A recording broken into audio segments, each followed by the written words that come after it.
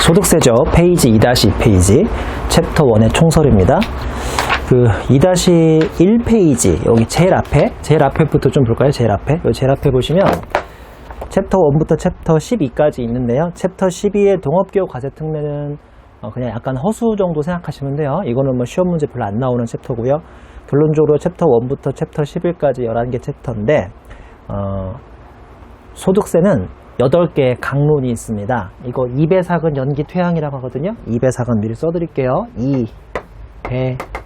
2배삭은 연기 퇴양이라고 해서 8개의 강론이 있어요. 그게 이제 예를 들어서 챕터 2의 이자 배당이 있고요. 그 다음에 챕터 3의 사업소득, 챕터 4의 근연기가 있고, 그 다음에 챕터 8, 9, 8, 9에 8에는 퇴직소득, 그 다음에 9에는 양도소득이 있어서 이게 이제 8개의 그 소위 강론이라고 합니다. 강론 8개를 배우시는 거고요.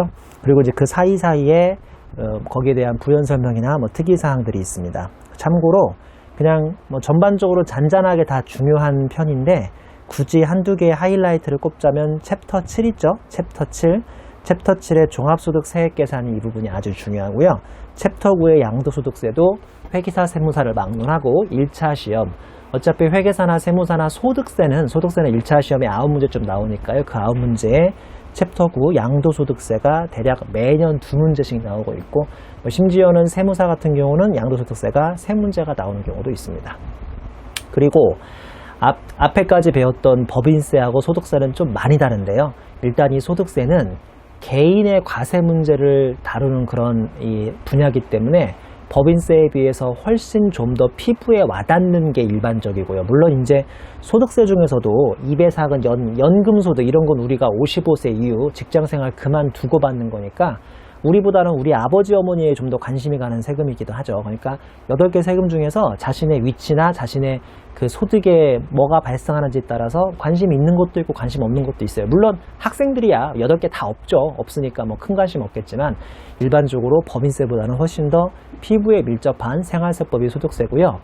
글쎄요, 이것도 개인차가 있겠지만 제가 그냥 과감하게 얘기하자면 법인세 난이도가 100이라면 소득세 난이도는 한 60에서 70 사이 왔다 갔다 한다고 생각하면 되기 때문에 법인세에 비해서 훨씬 쉽습니다. 소득세는 훨씬 쉬우니까 법인세 좀 꾸역꾸역 어렵게 여기까지 잘 버텨가지고 지금 이제 두 번째 소득세를 들으신다면 이 소득세는 진도 좀 수월하게 나갈 수 있고요. 뭐 그렇게 많이 어렵지 않고 제가 소득세부터는 그 기출문제 위주로 한 챕터당 2-3개를 업로드만 시킬 것이고 문제를 강의 시간에는 시간도 없고 해서 풀어드리지는 않을 테니까 챕터 끝날 때마다 제가 올려드리는 문제는 꼭 기본적으로 기출문제 위주로 챕터별로 2-3문제는 꼭 풀어보시기 바랍니다. 2.2의 챕터 1의 총설입니다. 뭐 원칙적으로 챕터 1의 총설은 시험 문제에 안 나와야 하는데 꼭 그렇지도 않은 게 한 3년에 2문제꼴이라고 하면 될까요? 1.5년에 한 문제꼴, 뭐 아니면 한 2년에 한 문제꼴로 나오고 있으니까 기본적인 총설은 잘 기억을 하셔야겠습니다. 챕터 1.1의 소득세 특징 보시면 1점의 소득세 의의가 있고요. 이 그림은 지난 법인세 개강하던 날에도 배웠던 그림인데 소득이 있으면 이게 개인이 벌면 개인소득세, 법인이 벌면 법인소득세라고 했죠. 근데 개인소득세에서 개인자를 생략해서 우리가 일반적으로 소득세라고 얘기하거나 아니면 소위 종합소득세라고 얘기하는 경우도 있고요. 또는 종소세라고 줄임말을 쓰는 경우도 있고, 이걸 법인이 벌면 법인소득세인데 거기서는 소득이라는 단어를 생략해서 소위 그냥 법인세라고 얘기하고 있습니다. 밑에 세 줄 읽어보면 원칙적으로는 소득이 발생하면 세율을 곱하여 과세당합니다. 이거는 제가 정확히 법인세 때도 개강하는 날 설명했는데 소득세는 자연인이 얻은 소득에 대하여 일정한 세율을 곱하여 과세하는 세금이고, 소득세는 개인 단위로 과세를 하지만 매우 특이하게 54페이지에 조세회피 목적의 공동사업장의 경우는 세대 단위로 과세를 하는 경우도 있고요. 기본적으로 개인 단위로 과세합니다. 그러니까 우리 아빠가 돈을 벌고 엄마가 돈을 벌면 아빠 따로 세금 내시고 엄마 따로 세금 내시는 거지, 아빠 엄마의 소득을 더해서 그 세대 있잖아요. 그 가정, 그 세대 단위로 과세하는 건 전혀 아니니까 기본적으로 그 집에 돈이 3명 벌든 4명 벌든 1명 벌든 그 개인 한 명 한 명한테 과세하는 거예요. 세대 단위로 과세하는 거 아니고 딱 한 가지 조세회피 목적 공동사업장이라고 독특한 제도가 있는데 이것만 현재 세대 단위로 과세를 하고 있습니다. 이점의 소득세 과세 방법이죠. 동그라미 1번 종합과세, 동그라미 2번 분류과세, 동그라미 3번의 분류과세인데 이렇게 생각하시면 돼요. 이 이점의 소득세 과세 방법의 동그라미 1, 2, 3번은 9구단입니다. 9구단. 우리의 법인세 때도 제가 개강하던 그 근처에 3단 9구단을 설명드린 적이 있어요. 9구단, 여러분 9구단이 시험 문제에 나옵니까? 9구단이 시험 문제 나와요? 시험 문제 나올 수도 있죠. 초등학교 1학년, 2학년 때는 이게 시험 문제 나올 수도 있는데 대학교 시험 문제 9구단이 시험 문제 나와요? 안 나오잖아요. 그러니까 이것도 소득세 전반적인 로직을 이해하기 위한 9구단과 같은 거고요. 이거는 절대 이 자체만을 시험 문제로 물어보진 않습니다. 근데 안타까운 게 제가 금방 뭐라고 했냐면 법인세보다 소득세 난이도가 60-70%밖에 안 된다고 했는데 뜻밖의 이 9구단인 동그라미 1, 2, 3번을 못 알아듣는 친구들이 있습니다. 그러면 난이도가 60-70%가 되지 않아요. 더 어렵게 느껴질 수도 있으니까 너무 기본적이지만 이 9구단을 제가 지금부터 그 어떤 강사님보다 쉽게 설명드릴게요. 왜냐면 제가 이 실제로 동그라미 1, 2, 3번을 공부할 때는 실무 경험이 없으니까 이게 뭔 소리야 싶었는데 이제 제가 한 11년 동안 회계사 생활하고 강의도 하고 학교에서도 강의하고 학원 강의도 하고 실무 강의도 하다 보니까 이 8개 소득을 누구보다 제가 실제로 느끼고 있기 때문에 아주 쉽게 설명드릴게요. 동그라미 1번의 종합과세, 동그라미 2번의 분류과세, 동그라미 3번의 분류과세입니다. 이거 다 설명하는데 한 10분에서 15분 걸리는데 다시 말씀드리지만 이 자체만을 절대 시험 문제에서 물어보진 않아요. 이건 9구단이니까. 자, 일단은 종합과세부터 설명을 드리겠습니다.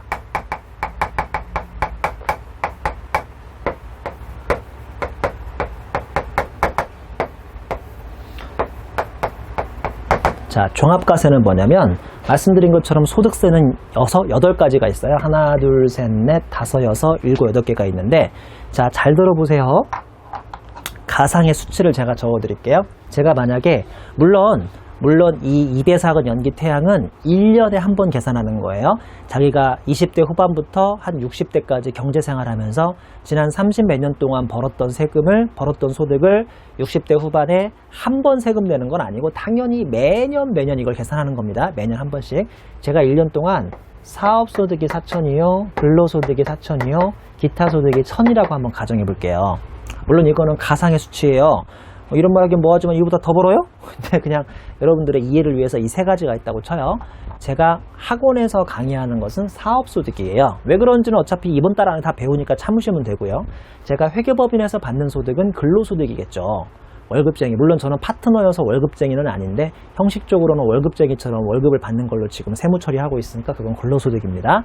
그리고 제가 만약에 회계법인 안에 파트너가 아니고 개인사업, 왜 길거리 보면 5층 상가에 2층 정도의 개인 회계사무소나 세무사무소나 세무대리, 기장대리 해주는 개인사무소 있거든요. 그렇다면 사업소득입니다. 근데 우리나라 세무사님들은 혼자 개인 사업자로 개인 독립을 많이 하는데 회계사들은 개인 사무소를 차리진 않고요. 마음에 맞는 사람끼리 한 10명이 모여서 출자 얼마씩 5천만 원씩 해가지고 5억의 자본금을 만들어서 법인으로 일반적으로 열거든요. 저도 지금 그 법인의 파트너, 출자자고요. 그런 경우는 거의 다 근로소득 처리를 하고 있습니다. 이런 건 실무적이니까 알 필요 없는데 궁금하실까봐 그래요. 우리 왜 길거리에 보면 2층 정도에 무슨 세무회계사무소, 임성중 세무회계사무소 보고 야, 저게 나의 미래구나 라고 생각하시면 안 돼요.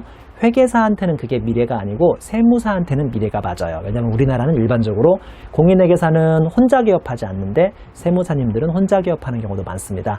그 2층 정도 그 상가 그 간판 나와 있는 건 대부분 세무사님들 아니면 회계사님 중에서 극소수 정도 아니면 아주 예전에 회계사 따신 나이 드신 분들은 그냥 개인적으로 개인 사무소를 할 수도 있습니다. 근데 저 정도 되는 30대, 40대, 50대들은요 다 물론 빅4의 월급쟁이로 근무하는 경우도 있고요. 저처럼 로컬 회계법인, 소위 빅4가 아닌 작은 회계법인의 파트너로 지금 근무하는 경우도 있죠. 아무튼 근로소득입니다.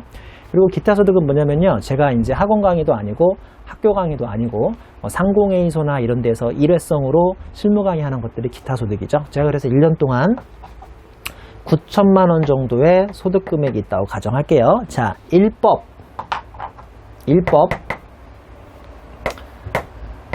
4천만 원 사례 1번 보시면 되겠네요. 사례 1번. 거주자 유대리의 1년간 소득 금액이 다음과 같을 경우 산출세액은 종합소득공제는 배우지도 않았으니까 없는 것으로 가정하고요. 근로소득금액 4천만원, 사업소득금액 4천만원, 기타소득금액 1천만원이라고 가정합니다. 자, 1법은 사업, 근로, 기타소득을 각각 4천만원, 4천만원, 1천만원을 옆 페이지 가보실래요? 3페이지 보시면 하단에 소득세율이라고 해서 가로 열고 초과 누진세율 구조라고 있죠.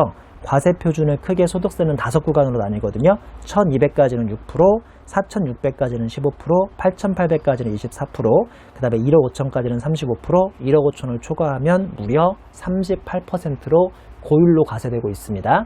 이런 표는 당연히 시험 문제에서 주어지니까 전혀 외우실 필요 없습니다. 혹시 기억나요? 법인세는 세율이 몇 프로였죠? 2억까지 10%, 200억까지 20%, 200억을 초과해봐야 22%밖에 안 되는데 지금 보시는 소득세율은요. 1억 5천만 초과해도 무려 38%니까 소득세율이 법인세율보다 훨씬 더 세율이 비쌉니다. 그러니까 납세자한테는 불리한 거예요. 자, 4천만 원이면 몇 번째 구간이야? 몇 번째 구간? 몇 번째 구간이요? 두 번째 구간이죠? 그러면 15%. 그 다음에 또 4천만 원이면 몇 번째 구간이에요? 15%죠? 그 다음에 마지막으로 1천만 원이면 몇 번째 구간이에요? 첫 번째 구간이죠? 6%. 자, 우리나라가 지금 이렇게 과세를 하게요? 아니면 2번, 로마자 2번은 연간 이 3개를 더하는 거예요. 이 3개를 더하면 얼마가 나옵니까? 9천만 원이죠? 9천만 원이면 이 표의 5개 구간 중에 몇 번째 구간이에요? 무려 4번째 구간이죠. 그러면 35%를 적용받습니다. 자, 우리나라 소득세는 이렇게 각각 각에 대해서 각각의 세율을 곱하게요. 1년 동안 이걸 종합적으로 합산해서 9천만 원의 높은 세율을 곱하게요. 뭔 소린지 모르겠으면 우리 수학적으로 수학까지 갈 필요도 없다. 산수적인 센스가 있으면 납세자한테 1번이 불리합니까? 2번이 불리합니까? 당연하지만 몇 번이 불리해요? 2번이 불리하죠. 우리나라에서는 이 방식을 채택하고 있는데 이걸 바로 종합과세라고 부릅니다. 이해하셨어요? 이거는 정말 쉬운 거예요.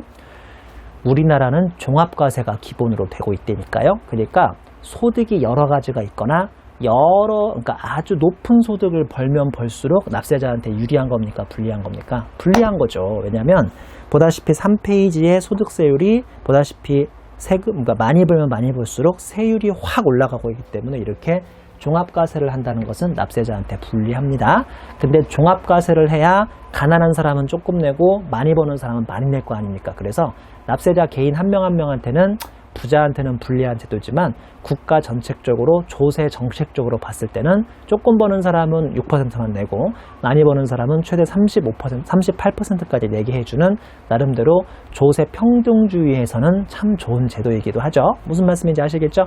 약간 제가 공산당 같은 발언을 하자면 정말 우리나라가 조세 평등이 되기 위해서는 제일 낮은 세율은 1%, 제일 높은 세율은 99%. 그러면 이게 이제 공산당이 되겠죠. 공산당. 그런 나라는 없는 걸로 알고 있어요. 이렇게 이 소득세율 구조가 지금은 5개인데요. 이게 얼마 전까지는 4개였거든요. 저 공부할 땐 4개였다고요. 근데 지금은 5단계잖아요. 이 단계가 늘어나면 늘어날수록 조세 형평에는 도움이 될 겁니다. 아무튼 우리나라는 이렇게 하지 않고요. 이렇게 하지 않고 종합과세를 하고 있습니다.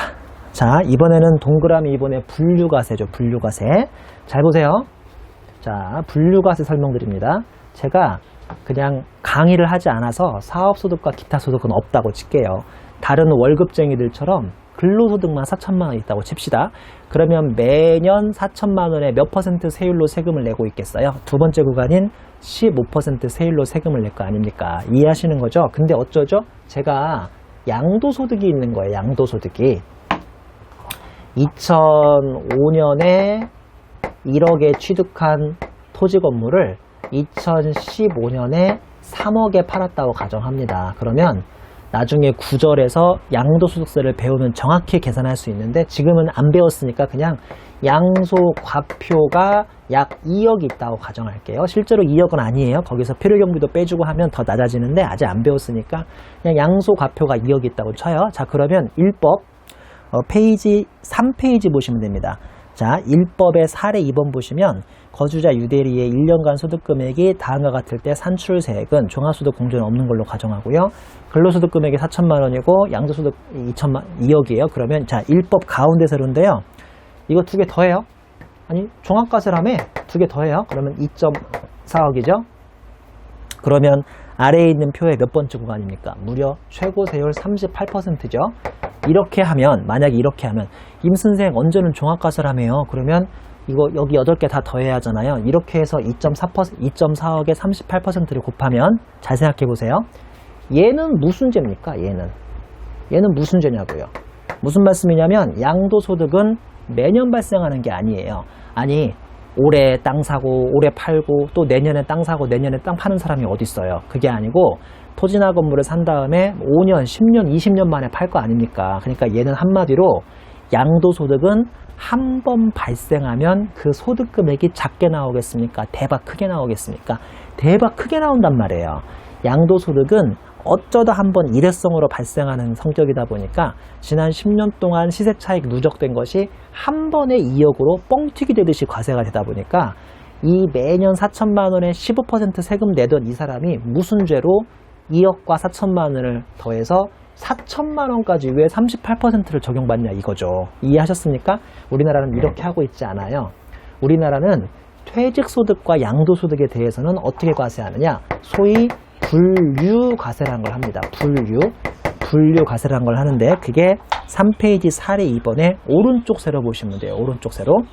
근로소득은 근로소득대로 4천만 원 과세를 하고요. 양도소득은 양도소득대로 2억을 과세를 합니다. 그러니까 임 선생 헷갈리는데요.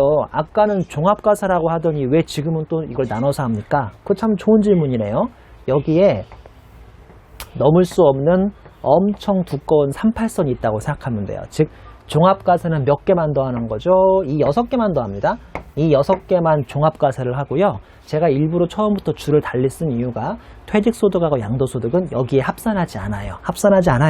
얘네들은 한마디로 결집효과라고 해서 매년 발생하는 게 아니라 한 5년, 10년에 한 번 발생하니까 발생하면 이건 보나마나 금액이 크다 작다? 매우 크다니까요. 아니 퇴직소득 보세요. 10년 동안 근무했던 회사에서 퇴직하면 퇴직금이 적게 나오겠어요? 크게 나오겠어요? 당연히 크게 나오겠죠. 막 2, 3억 나올 거란 말이에요. 그 2, 3억 금액을 얘랑 더해버리면 얘도 높은 세율로 덩달아 과세되니까 가운데를 나눠가지고 얘네 6개만 더하고 얘네들은 굳이 2개를 더하지 않습니다. 이거를 분리과세라고 해요. 분류과세라고 해요. 분리 아닙니다. 분류입니다. 한번 읽어보죠. 2페이지 동그라미 2번. 분류과세라고 해서 퇴직, 양도소득 등 장기간에 걸쳐 발생하는 소득은 장기간 그러니까 한마디로 간만에 한 번 발생한다는 소리인데요. 소득은 종합과세 시 일시에 누진과세되어 결집효과가 발생하므로 종합소득과 별도로 분류하여 과세한다고 되어 있고요. 그 두 개입니다. 퇴직, 양도가 그래요. 그리고 지금은 굳이 악배자 따서 막 입에삭은 연기태양 왜 이렇게 안 헤어지지? 입에삭은 연기태양 그럴지 몰라도 이거 전혀 외울 필요 없어요. 강의 듣다 보면 입에삭은 연기태양은 누구든 외우게 됩니다. 그러니까 지금 막 고민해서 외우려고 하지 말고 몇 번만 그냥 책 읽어보면 입에삭은 연기태양 이게 입에 거의 붙으니까요. 다시 표에 동그라미 1번 종합과세 보니까 입에삭은 연기까지만 종합과세 하고요. 동그라미 2번에 분류과세 퇴직 양도소득은 결집효과라고 해서 수년에 한 번씩 발생하는 금액이 엄청 커집니다. 영어로는 이걸 번칭 이펙트라고 하거든요. 번칭이라고 아세요? 번치 아세요?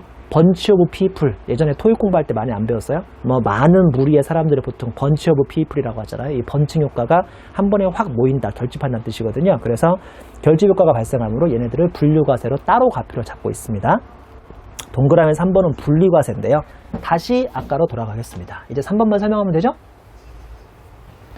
다시 앞으로 돌아갈게요. 제가 아까 다시 사업소득이 4천이요, 기타 소득이 1,000인 사람으로 다시 돌아갑니다. 그럼 1년 동안 내가 더해서 9천만 원에 높은 세율 35% 곱해한다고 했죠? 이게 종합과세예요, 분류과세예요? 분류과세죠. 근데 제가 이거 설명할 때 이상한 거 없었어요? 선생님은 이자도 없습니까? 여러분들, 너희들은 이자 있냐 없니? 여러분 이자 있어요 없어요? 있죠? 그 외에 수시 입출금이 자유로운 통장이라고 한마디로 넣었다 뺐다 하는 거 있잖아요. 예를 들어서 어머니 아버지가 용돈 쏴주면 거기다 넣어놓고 있다가 조금씩 빼가지고 이렇게 쓰는 그런 통장 다 있죠. 그런 있을 거리 하나라도 없어요? 마이너스 통장이요? 인생이 마이너스 통장입니까? 아직은 좀 이른데 마이너스 통장은 회계사 세무사 합격하고 만들어도 늦지 않아요. 그때 만드시면 됩니다. 근데 그때 합격한 기분으로 우쭐해서 만든 마이너스 통장 한 플러스 되는데 5년 가니까 함부로 마이너스 통장을 파지 마시기 바랍니다. 아무튼요. 저도 그런 통장이 있어요. 수시 입출금의 자유로운 통장. 혹시 그런 통장에 이자가 아주 쥐똥만큼 붙는 거 아십니까? 아세요? 보통 한 몇 년에 한 번씩 붙습니까? 몇 년은 아니고 보통 3개월에 한 번씩 붙는데요. 붙어야 얼마 붙어요? 21원, 뭐 19원, 뭐 붙죠. 많이 붙으면 뭐 47원 붙잖아요. 제가 계산하기 쉬우라고 3개월에 한 번씩 100원이 붙는다고 가정하고, 그럼 3개월에 한 번이니까 1년에 4회 붙겠죠? 그러면 400원이 이자가 붙습니다. 자, 그러면 종합과세를 제가 하라고 그랬으니까, 그러면 나의 1년 동안의 종합과세, 종합소득은 발음도 어려운 9천만 400원. 맞아요? 발음도 어려운 9천만 400원이냐고요. 설마 제가 이 이자가 없겠어요? 이런 이자 저도 있어요. 얼마 안 되는데. 근데 왜 제가 아까 4천, 4천, 100, 1000만 더했지 왜 이 푼돈 이자는 안 더했을까요? 자, 분리과세라고 해서 우리나라에서 이자와 배당을 소위 금융소득이라고 하거든요. 이것도 상식입니다. 상식. 이자와 배당을 금융소득이라고 하는데 상식인데요. 우리나라에서 금융소득이 2천만 원이 채 안 되면 종합과세에 더한다, 아니면 은행에서 이자 받을 때마다 날름날름 세금을 내버리고 끝난다. 후자입니다. 날름날름 세금을 내고 끝나는데 이거를 소위 분리과세라고 합니다. 제가 실무자들을 가르쳐도 심지어 실무자마저도 분류과세하고 분리과세를 헷갈려하는 경우가 있어요. 발음도 비슷하고 일상생활용으로는 뜻도 비슷한데 우리 소득세에서는 분류과세와 분리과세는 완전 다릅니다. 분류과세는 여기 지웠던 퇴직 양도소득만 별도로 과표를 발라내는 걸 분류과세라고 하고, 분리과세는 이자와 배당소득 등의 금융소득이 채 얼마가 안 되면 2천만 원이 안 되면 그냥 은행에서 돈 주고받을 때마다 원천징수로서 모든 세금이 끝나는 것을 분리과세라고 합니다. 자, 좀 이해가 어려우실까봐 사례 3번을 풀어드리죠. 거주자 유대리의 1년간 소득금액이 다음과 같을 때 산출세액은 가로 열고 종합소득공제는 없는 것으로 가정한다. 근로소득금액 4천만 원, 사업소득금액 4천만 원, 여기요. 4천, 기타 소득금액 1천만 원, 이 이외에 은행 이자가 3개월마다 100원씩 4회 400원이 있으면, 자, 왼쪽 세로 보시면 이자 소득만 따로 분리과세를 한대요. 즉 3개월마다 100원씩 이자를 받을 때마다 은행에서 알아서 은행은 14%를 원천징수하고 내 통장에 얼마만 꽂아주죠? 86원만 꽂아주는 거예요. 여러분 그 3개월에 한 번씩 이자 찍힐 때 그 이자가 딱 100원, 200원으로 떨어집니까? 아니면 단수까지 지저분하게 나옵니까? 대부분 지저분하게 나오죠. 단수까지 81원, 26원 이렇게 지저분하게 나오죠. 그 이유 중에 하나가 바로 이 14%를 원천징수로 가져가고 순세후 금액만 거기다 통장에 찍어주다 보니까 항상 좀 숫자가 지저분합니다. 그래서 100원씩 14%는 14원천징수, 1년간 14원 곱하기 4회 56원의 원천징수로 과세문제가 종결되지 굳이 이 400원을 9천만 원에 더해서, 이것도 상식으로 알아두세요. 법인세는 12월 말 끝나고 플러스 몇 개월 이내 신고 납부해야죠. 국세청에. 플러스 3개월이니까 2016년 3월 말까지인데 소득세는 플러스 5개월 주거든요. 그래서 2015년에 번 개인소득세는 2016년 5월까지 신고 납부를 하는 거예요. 플러스 5개월 줍니다. 그러니까 이게 내년 5월 달에 9천만 400원으로 하는 거 아닙니다. 그렇게 하는 거 아니에요. 오른쪽 세로 보시면 이자 소득인 400원을 빼고 나머지 9천만 원에 대해서 이렇게 세금을 곱하고 있습니다. 참고하도록 하세요. 이런 식으로 하고 있습니다. 자, 그 밑에 참고 보시면 소득세율은 초과 누진세율 구조인데요. 화살표에 보시는 것처럼 얘는 문제에서 주어지고 있습니다. 그리고 양도소득세라고 2배삭은 연기 퇴항의 마지막에 배우는데 그거는 별도의 세율 구조가 있으니까 93페이지에서 후술해 드릴 텐데요. 다시 말씀드리지만 이 표는 현재 시험 문제에서 무조건 주기 때문에 암기하실 필요 없어요. 물론 근데 문제를 많이 풀다 보면 자동으로 암기가 되긴 돼요. 근데 뭐가 중요하냐? 이게 초과 누진세율 구조이기 때문에 이 표를 볼 줄은 아셔야 돼요. 그러니까 이 표는 표를 기본적으로 주니까 암기할 필요는 없는데 볼 줄은 알아야 한다고요. 자, 바로 사례 한번 내려가 볼게요. 사례. 거주자 유대리 과표가 1년간 과표가 5천만 원이랍니다. 그러면 다시 위에 표 올라가시면 5천만 원은 몇 번째 구간이에요? 5천만 원은 몇 번째 구간이에요? 세 번째 구간이죠. 세 번째 구간은 세율이 몇 프로예요? 24%죠. 그러면 5천만 원에 24%를 곱하는 게 아니고요. 다시 한번 그 표의 제목을 보시면 소득세율 괄호 열고 초과 누진세율이라고 되어 있잖아요. 이건 무슨 말이냐면 얘가 세 번째 구간이 5천만 원이라 하더라도 첫 번째 구간인 1200까지는 얼마 곱하고요? 첫 번째 구간은 6% 곱하고요.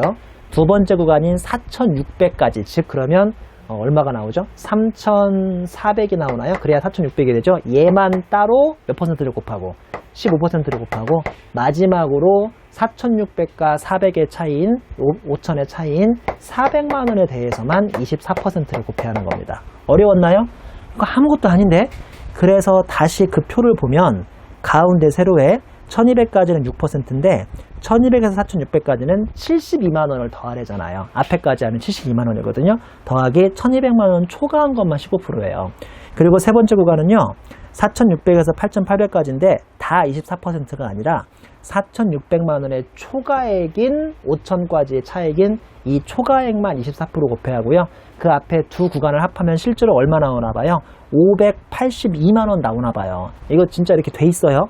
이거 굳이 계산할 필요 없어요. 실제로 82만 원 나오니까 다시 3페이지 제일 밑에 사례 가보시면 거주자 유대리 1년과 가표가 5천만 원일 경우 산출세액은 5천만 원 전체에 24를 하는 게 아니라 이렇게 하는 게 아니라 앞에 두 구간을 더하면 582만 원이 나오니까 582만 원 더하기 4,600만 원을 초과하는 400만 원에 대해서만 24%를 곱하자고요. 그렇게 하면 얼마 나오냐면 678만 원이 나오거든요. 이해하셨죠?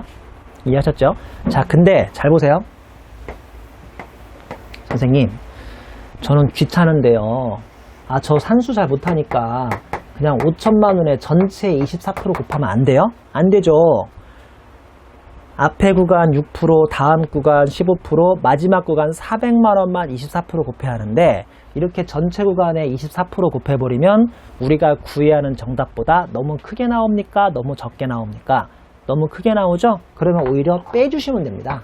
자, 그건 어딨냐면 위에 있는 표의 오른쪽 세로에 소위 속산표라는 게 있습니다. 속산표. 6%까지는 그냥 곱하면 돼요. 뺄 거 없어요. 두 번째 구간인 15%까지는 그 금액의 전체 15% 곱해버리면 너무 많이 곱한 거니까 108만 원을 빼주면 되고요. 세 번째 구간이 24%까지는 5천만 원에 전체를 24 곱하면 안 되는데 귀찮거나 성격이 급해서 전체 24% 곱했으면 너무 많이 곱한 거니까 얼마를 빼주면 됩니까? 522를 빼주면 되는 거죠. 무슨 말인지 아시겠죠? 그래서 아래 사례 보시면 오른쪽 세로에 속산표를 이용할 때는 5천만 원에 24%를 다 곱한 건 너무 세니까 거기다 표에 있는 것처럼 522만 원을 빼달라고 돼 있죠. 그렇게 해도 너무 당연하지만 678만 원이 나옵니다. 그러니까 이렇게 정상적인 방식으로 구하든 속산표로 구하든 당연히 과표가 같으면 세금은 똑같이 나오게 돼 있어요. 왜 제가 두 개를 다 설명해 주느냐? 출제 교수님이요. 그 위에 나오는 소득세율을 시험 문제에 어떤 표를 줄지 모르거든요. 즉 가운데 세로에 있는 일반적인 표를 줄 수도 있고요. 오른쪽 세로에 있는 속산표를 줄 수도 있으니까 우리는 출제 교수님이 주는 대로 그냥 이 표를 적용만 할 줄 알면 됩니다. 제가 요새 조금 그 뉘앙스로 힌트를 드리자면 요새 시험 문제는 오른쪽 세로에 속산표를 더 많이 주는 편입니다. 그러니까 그냥 고민하지 마시고 가운데 세로 표 주면 이대로 푸시면 되고 오른쪽 세로 표 주시면 이대로 푸시면 돼요. 제 강의를 법인세를 무사히 마치고 소득세까지 오신 분들이 지금 이 말을 이해하지 못할 거라고는 생각하지 않아요. 이거는 산수입니다. 세법이 아니에요. 그러니까 세율 구조가 가운데 세로로 주면 가운데 세로로 푸시면 되고 오른쪽 세로에 속산표로 푸시면 속산표대로 푸시면 됩니다. 이건 산수입니다. 세법이 아니라고요. 넘기시지요. 3점 보시면 과세소득의 규정 방법인데요. 표에 헤더 보시면 가운데 세로는 열거주의, 오른쪽 세로는 유형별 포괄주의가 나와 있습니다. 열거주의는 소득 원천선을 기본으로 하나 순자산 증가설도 일부를 채택하고 있는 거 가로 열고 그 기타 퇴직 양도소득의 일회성 소득도 과세될 수 있는 건데 양가로 2번 과세 방법 보시면 소득의 원천이 열거된 것만 과세, 여기에 비해서 유형별 포괄주의는 소득의 원천이 열거된 것 이외에도 이와 유사한 경우는 과세하고 있고 대상 소득을 보시면 사업, 근로, 연금, 기타, 퇴직, 양도소득 즉 2배 사근 연기 퇴항 중에서 2배를 뺀 사근 연기 퇴항이 열거주의고요. 유형별 포괄주의는 이자 배당 소득이 유형별 포괄주의입니다. 이거 좀 설명드릴게요. 자, 잘 들어보세요. 이것도 이 자체를 절대 시험 문제에서 물어보진 않습니다. 이것도 구구단과 비슷한 건데 제가 아까 한 20-30분 전에 소득세 개강하면서 우리나라 소득세가 몇 가지 있다고 그랬죠? 이, 배, 사, 근, 연, 기, 퇴, 양이 있다고 그랬죠? 기억하시죠? 이걸 나눈 이유가 뭐라고요? 나눈 이유가 얘네들만 무슨 과세? 종합과세. 얘네들은 분류과세, 분류과세를 하고 있습니다. 무슨 말씀인지 아시죠? 이거 내가 공식 질문인데 까먹었다. 우리나라의 이론상 한 개인이 1년 동안 나올 수 있는 과세표준은 몇 개입니까? 다시요. 우리나라에서 이론상 한 개인이 1년 동안 나올 수 있는 과세표준은 몇 개입니까? 몇 개죠? 몇 개? 3개? 가끔씩 3개 정답을 얘기하는 친구들이 있는데 그 3개가 뭔지 물어보면 다 어김없이 오답을 얘기하더라고요. 첫 번째는 종합과세표준, 두 번째는 분류과세표준, 세 번째는 분리과세표준이요 이렇게 얘기하던데 분리과세는 과세표준을 따라 안 잡습니다. 왜 그런지 모르겠어요. 분리과세는 은행에서 석 달에 한 번씩 100원씩 받을 때마다 14% 곱해서 끝나버리기 때문에 별로 과표를 별도로 안 잡는다니까요. 정답은 어떻게 3개냐? 종합과세표준 하나, 분리과세 중에서도 퇴직만 따로 과표를 잡거든요. 퇴직과세표준 하나, 양도소득과세표준 하나를 해서 3개인 경우는 있는 거죠. 그게 종합과세표준, 분류과세표준, 분리과세표준이 아니라니까요.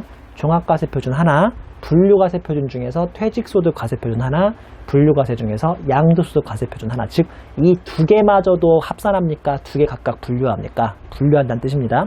근데 제가 지금 11년 동안 회계사 생활하면서 이게 이론상이나 가능하지 한 해에 이 3가지가 다 나온 사람은 본 적이 없어요. 왜 그러냐면 그 해에 좀 인생을 정리하고 마감하는 경우나 이게 나오겠죠.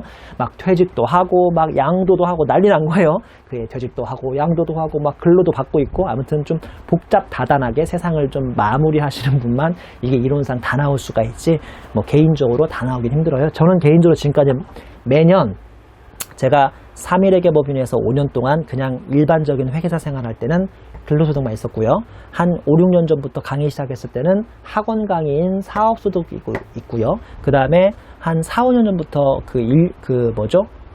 상공회의소 같은 실무 강의한 다음부터는 기타 소득이 있다 보니까 저 같은 경우는 3개가 있어요. 3개가 지금 사업소득, 근로소득, 기타 소득이 있고요. 양도소득도 지금까지 한두 번 있어 봤어요. 근데 뭐 나중에 9장에서 배우시겠지만 1세대 1주택 기과세 등으로 해서 실제 세금을 낸 적은 거의 없는데 뭐 아무튼 개인에 따라서 이런 소득이 있을 수 있습니다. 물론 이자 소득도 있지만 안타깝게 1년에 2천만 원을 초과하려면 멀었기 때문에 이건 한 번도 종합과세 된 적은 없습니다. 웃어야 할지 울어야 할지. 자, 다시 4페이지 3점으로 오시면 양가로 3번 대상소득의 사근, 연기, 퇴양은 열거주의, 그 다음에 이 배는 유형별 포괄주의를 하고 있습니다. 쉽게 설명드릴게요. 우리나라 소득세법은 뭐에 가깝죠? 열거주의에 가까워요. 포괄주의가 아니에요. 에? 우리나라 소득세법은 포괄주의가 아니라고요. 열거주의에 가깝다고요. 무슨 말이냐? 열거돼 있잖아요. 2배, 사근, 연기, 퇴양. 열거된 것만 과세한다니까요. 예를 들어서 여러분 용돈 받아요, 안 받아요? 용돈 받죠? 용돈 받으면 과세 돼요, 안 돼요? 내가 진짜 태어나서 처음 들어본다. 회계사, 세무사 수험생들이 한 달에 몇십만 원 용돈 받는 걸 과세한다? 말도 안 되죠. 왜 안 되냐? 말이 안 되냐? 여기에 용이 없잖아요. 자, 어느 날 국세청이 마음 독하게 먹고 요새 세수가 부족해서 모든 용돈도 과세를 하겠다. 세상에 공돈이 어딨냐? 용돈도 소득이다. 그래서 이 밑에다가 얍삽하게 2배, 사근, 연기, 퇴양, 용이라고 세법전을 바꿔버리잖아요. 그럼 우리는 그날부터 용돈 받은 거 다 과세된다? 뭔 소린지 아시겠어요? 이걸 바로 열거주의라고 한다니까요. 지금은 용돈이 열거가 안 됐기 때문에 과세가 안 돼요. 이해하셨죠? 열거주의의 또 하나 뜻을 설명드릴까요? 또 하나 뜻? 10페이지 가보세요. 2-10페이지. 10페이지 가보시면 1점의 이자소득의 범위, 즉 2배, 사근, 연기, 퇴양 중에 첫 번째 강론인데 이자소득의 범위를 가면 또 이자소득의 첫 번째 범위가 있어서 이자소득의 범위 양가로 1번부터 양가로 9번까지 열거된 이자만 과세가 됩니다. 이해하셨죠? 소득세법이 열거주의인 이유는 2배, 사근, 연기, 퇴양에 열거된 8개만 과세된다는 뜻도 있지만 동시에 이자 가면 이자의 범위, 배당 가면 배당의 범위, 강론 하나하나에 여기까지만 과세하겠다고 일일이 열거가 되어 있습니다. 자, 다시요. 제가 법인세 난이도가 100%라면 소득세 난이도는 6에서 70%라고 그랬죠. 근데 뭐가 문제냐? 소득세는 이건 과세가 되는지 이건 과세가 안 되는지 일일이 열거가 되어 있기 때문에 조금 지저분합니다. 그러니까 어려운 건 아닌데요. 막 좀 암기라고 해야 하나 구분이라고 해야 하나 그럴 게 좀 많아요.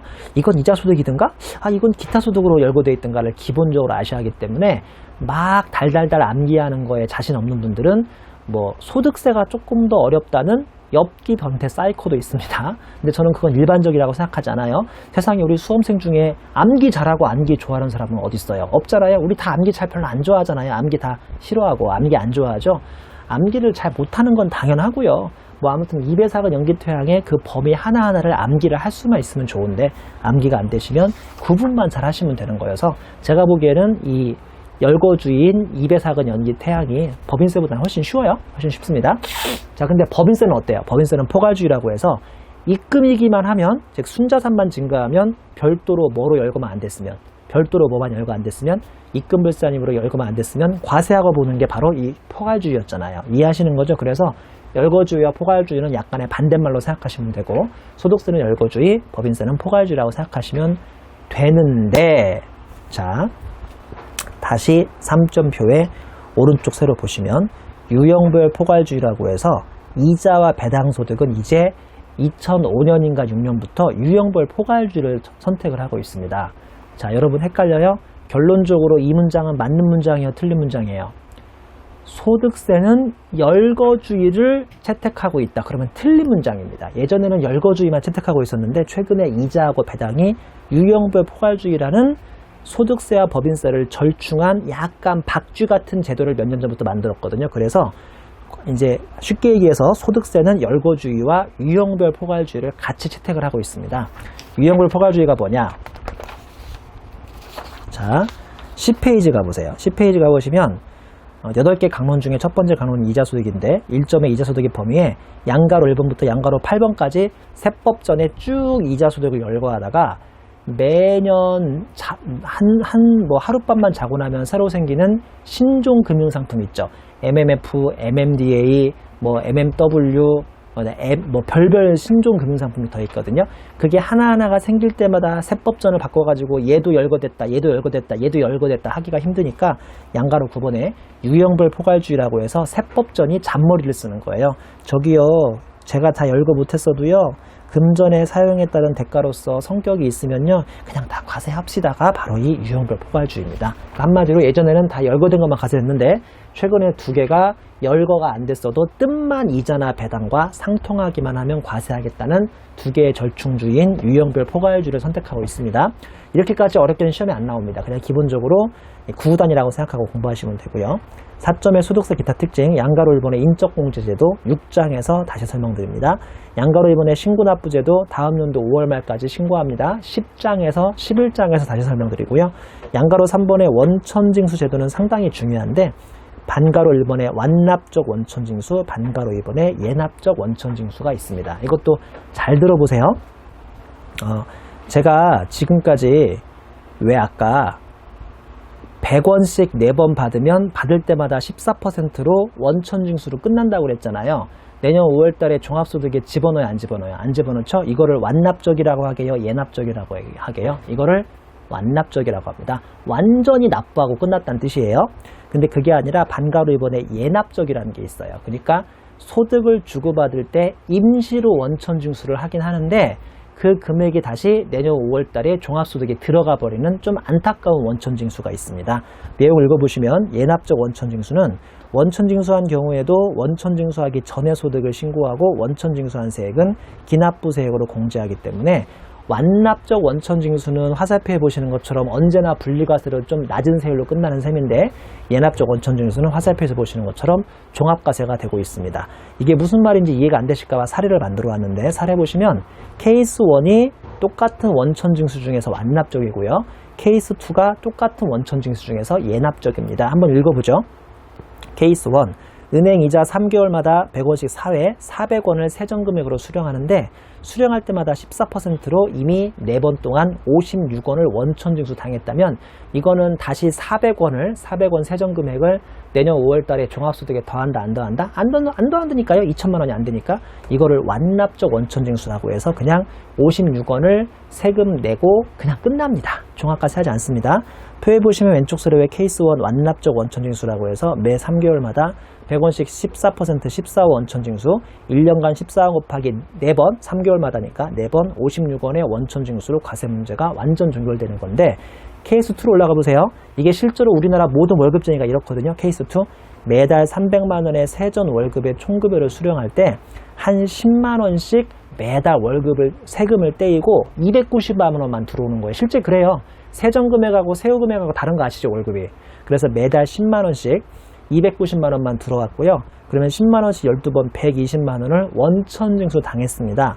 가로 열고 근로소득 공제 및 종합소득 공제가 1,600만 원으로 가정하면, 자, 표에 보시면 케이스 2는요. 내년 5월달, 매 3개월마다가 아니에요. 내년 5월달에 다시 예납적 원천징수한 것을 내년 5월달에 다시 세금 내셔야 하는데, 종합소득 과세표준은 300만 원 곱하기 12개월 빼기 1,600만 원에서 2천만 원, 1,600만 원은 가정치입니다. 그리고 2천만 원은 두 번째 구간이니까 15% 곱하면 192만 원을 총 부담을 해야 하는데, 그 다음 땡마크, 이미 지난 1년 동안 얼마 세금 냈으니까요. 10만 원씩 12번 120만 원 냈으니까 이걸 기납부세액으로 빼주면 내년 5월 달에는 다시 192만 원 되는 게 아니라 72만 원만 내면 됩니다. 자, 다시요. 소득 주고받을 때마다 분리과세를 얼마가 떼이면 그거 내년 5월 달에 합산합니까? 안 합니까? 하는 경우도 있고 안 하는 경우도 있어요. 그냥 세금 떼인 걸로 내년 5월달 종합과세까지 더하지 않으면 완납적이라고 부르고요. 세금 떼었지만 임시로 떼인 거고 내년 5월달에 다시 세금을 계산하는 것을 예납적이라고 합니다. 이해하셨죠? 자, 원천징수된 것은 무조건 완납적입니다. 그리고 무조건 분리과세입니다. 맞아요? 틀려요? 틀리죠? 왜 틀리죠? 원천징수 중에서는 뭐가 있습니까? 예납적이 있다니까요. 예납적은 분리과세요, 종합과세요? 총합과세라니까요. 그게 어딨냐면 사례 바로 윗줄에 있어요. 칠판마크에. 원천징수에는 예납적 원천징수도 있으므로 원천징수가 곧 분리과세는 아닌 걸 유의하라고 되어 있잖아요. 이거 헷갈리면 안 됩니다. 제가 왜 아까 100원씩 4번 400원 받으면 받을 때마다 14원 떼이고 내년 5월 달에 종합과세 안 된다고 그랬죠? 그 사례에 꽂혀버리는 학생들은 원천징수 당하면 무조건 분리과세구나 라고 오해하더라고요. 원천징수에는 완납적도 있고 예납적도 있으니까 원천징수 당했다고 무조건 분리과세는 아니라는 걸 반드시 기억하셔야 합니다. 그게 케이스 1, 2에 있으니까 참고하시기 바라고요. 또 계속해서 5페이지 진행하도록 하겠습니다.